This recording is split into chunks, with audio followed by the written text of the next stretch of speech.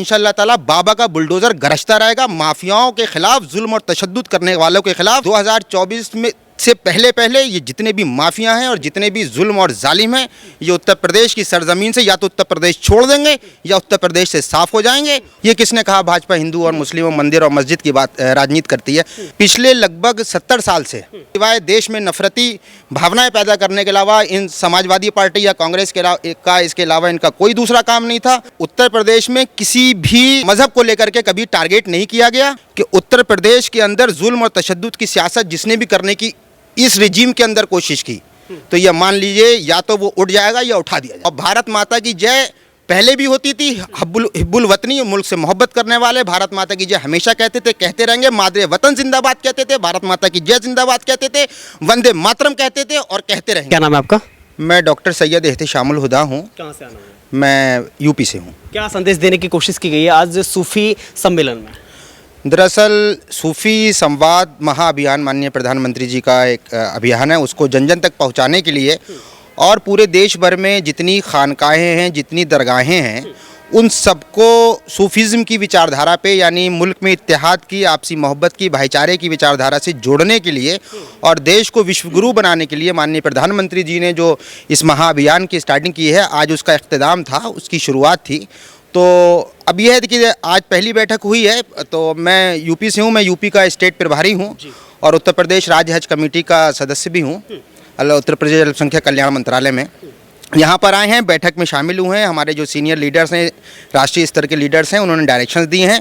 अब जो भी स्टेट प्रभारी हैं वो अपने अपने स्टेट्स में जाएंगे और जाने के बाद जितनी भी खानकाहें हैं, जितनी भी दरगाहें हैं, उनके जो सज्जादा नशीन हजरात हैं उनके साथ कांटेक्ट करेंगे, उनसे बात करेंगे और आपस में एक दूसरे के साथ इत्तेहाद कैसे किया जाए और जो भी थोड़ी बहुत जो गलत फहमियाँ हैं सरकार को ले करके, संगठन को ले करके, उन गलत फहमियों को कैसे दूर किया जाए और सेंट्रल गवर्नमेंट की जो स्कीम्स हैं, स्टेट गवर्नमेंट्स की जो स्कीम्स हैं, वो माइनॉरिटी तक कैसे पहुँचें, जन जन तक, घर घर तक कैसे पहुँचें और लोगों का इत्तेहाद हो, आपस में यूनिटी रहे और देश एक बार फिर से विश्वगुरु बने। ये आप कह रहे हैं कि मोदी जी इस बात के लिए पहल कर रहे हैं कि सभी को एकत्र करने के लिए और शांति व्यवस्था कायम रखने के लिए। जी। और लेकिन लगातार जो कांग्रेस से आरोप लगाती रही है भाजपा पे कि भाजपा हिंदू मुस्लिम और मंदिर मस्जिद की राजनीति करती है। ये किसने कहा भाजपा हिंदू और मुस्लिमों, मंदिर और मस्जिद की बात राजनीति करती है? मैं आपको देखिए एक बात बताता हूँ। पिछले लगभग 70 साल से जो गैर भारतीय जनता पार्टी, जो मुख्तलिफ सियासी जमातें थीं, चाहे वो कांग्रेस हो, चाहे वो समाजवादी पार्टी हो, चाहे जो भी हो, इन लोगों ने दरअसल क्या किया था,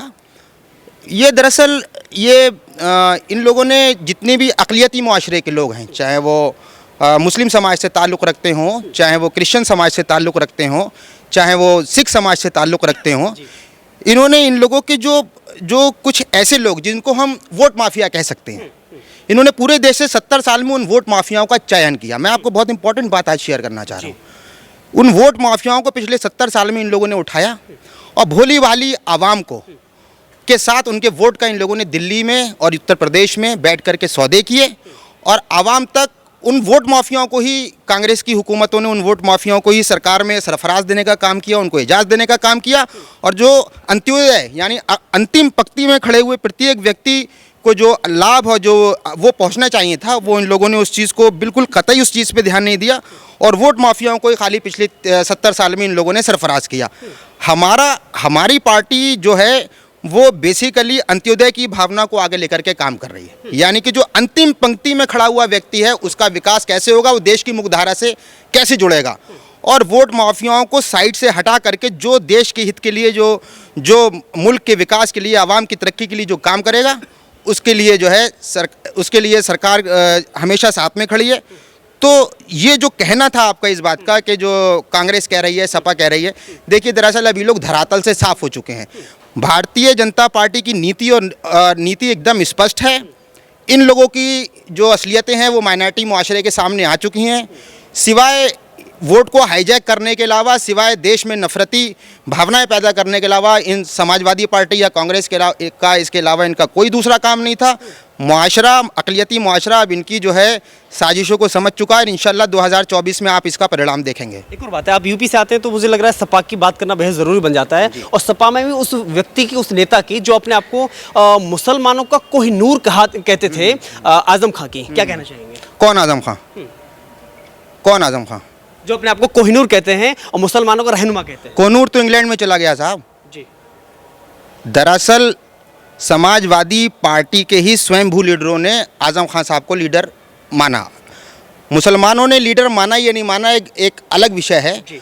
खुद को स्वयंभू अगर कोहनूर कह लिया जाए और उसका नतीजा क्या है, अजानों का भी वक्त है, आप भी जान रहे हैं, अल्लाह ताला के यहाँ इंसाफ है, देर से ही सही लेकिन इंसाफ ज़रूर होता है। रामपुर की आवाम को इंसाफ दिलाने का काम माननीय योगी आदित्यनाथ जी ने किया है और जितना जुर्म और तशद्दुद की सियासत जो रामपुर की सरजमीन से हुई है, जी।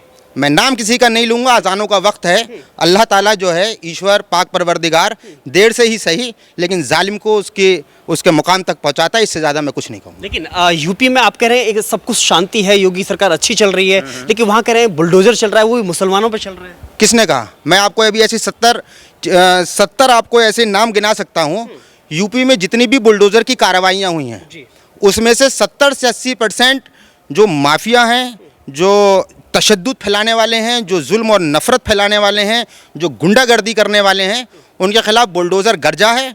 और बाकी देखिए, उत्तर प्रदेश में किसी भी पर्टिकुलर कम्युनिटी को लेकर के, किसी भी पर्टिकुलर मज़हब को लेकर के कभी टारगेट नहीं किया गया। और बुलडोज़र जो माननीय योगी आदित्यनाथ जी का जो बुलडोज़र गरज रहा है उससे पब्लिक के अंदर बहुत शांति है और इंशाअल्लाह ताला बाबा का बुलडोज़र गरजता रहेगा। माफियाओं के खिलाफ, जुल्म और तशद्दुद करने वालों के खिलाफ बुलडोज़र इंशाअल्लाह गरजेगा।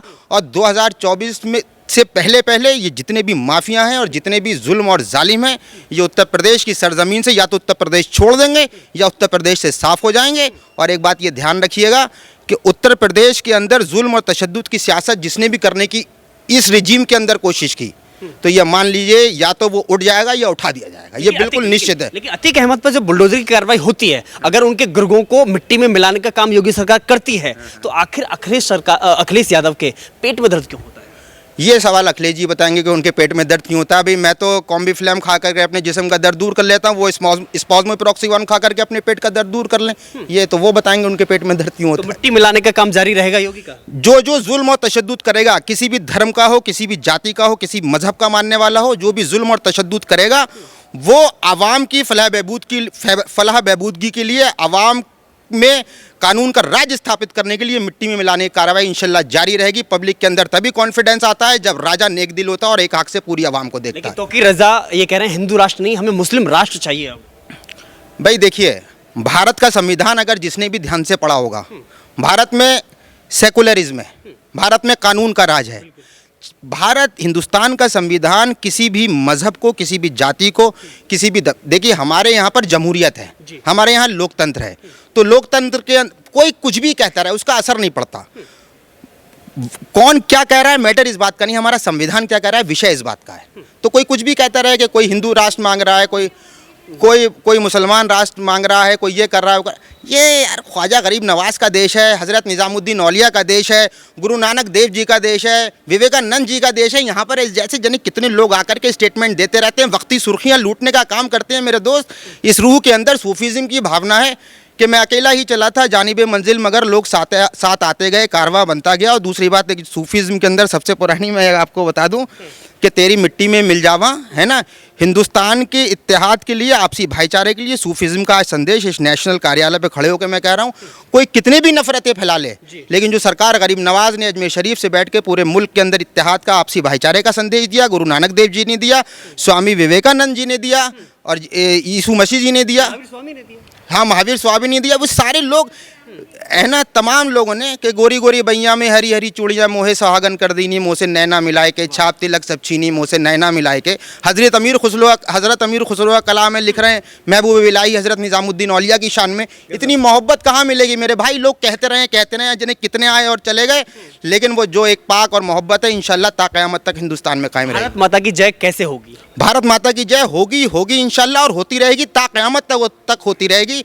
और भारत माता की जय पहले भी होती थी। हिब्बुल वतनी, मुल्क से मोहब्बत करने वाले भारत माता की जय हमेशा कहते थे, कहते रहेंगे। मादरे वतन जिंदाबाद कहते थे, भारत माता की जय जिंदाबाद कहते थे, वंदे मातरम कहते थे और कहते रहेंगे। आखिरी सवाल जी, मुसलमानों को, उन मुसलमानों को जो कहीं ना कहीं कट्टरपंथी विचारधारा से प्रेरित हैं या फिर कहीं ना कहीं हिंदू मुसलमानों में खाई पैदा करने की कोशिश कर रहे हैं, ऐसे लोगों को क्या मैसेज और क्या एक कहते हैं ना चेतावनी क्या देना चाहेंगे? वो मुसलमानी नहीं है जो फंडामेंटलिस्ट है, यानी कि जो कट्टरपंथी विचारधारा से जो प्रेरित है। जैसे आपने कहा ना, उन मुसलमानों को क्या मैसेज देंगे। दरअसल कट्टरपंथी कोई भी हो सकता है मेरे दोस्त, कट्टरपंथी मुसलमान भी हो सकता है, कट्टरपंथी हिंदू भी हो सकता है, कट्टरपंथी सिख भी हो सकता है, कट्टरपंथी ईसाई भी हो सकता है। पंथ की तरफ कट्टरता से जाना को कट्टरपंथ कहते हैं, उसको किसी धर्म और जाति से जोड़ करके नहीं देखना चाहिए। तो मैं तमाम कट्टरपंथियों को इस राष्ट्रीय कार्यालय से मैसेज देना चाहता हूँ, किसी भी धर्म और किसी भी जाति से ताल्लुक़ रखते हो, कि इस मुल्क के अंदर हिंदू मुस्लिम सिख ईसाई की एकता की इस मिट्टी के अंदर जो है रूह बसी हुई है, और तमाम लोग इस मुल्क के अंदर सैकड़ों साल से रहते हुए आपसी इत्तेहाद के साथ चले आ रहे हैं। कि वारिस पाक की दरगाह पे आप जाकर के देखिए ना, उर्स में जाकर के देखिए, आपको लगेगा होली का नज़ारा नज़र आता है। आप सरकार गरीब नवाज ख्वाजा साहब की दरगाह पर आप जाकर के देखिए, छठी शरीफ में, आपको लगेगा कि इससे अच्छा रंग पूरे दुनिया में कहीं नहीं है। तो मौलाना मदनी साहब तो रंग लगाने से तो मैं कह तो रहा हूँ कि मोहे रंग दे ऐसा रंग पायो ख्वाजा मोइनुद्दीन, रंग पायो ख्वाजा नसीरुद्दीन, रंग पायो ख्वाजा निज़ामुद्दीन, रंग पायो। तो इस ये मोहब्बत का रंग है मियाँ, जो लोग बोलते हैं बोलने दिए। ये मोहब्बत का रंग, इश्क का रंग, सूफीज़्म का रंग, ये चढ़ा है हिंदुस्तानियों पे, इंशाल्लाह ता क़यामत तक नहीं उतरेगा। लोग आते रहेंगे, बोलते रहेंगे, जाते रहेंगे। जज़ाक, थैंक यू।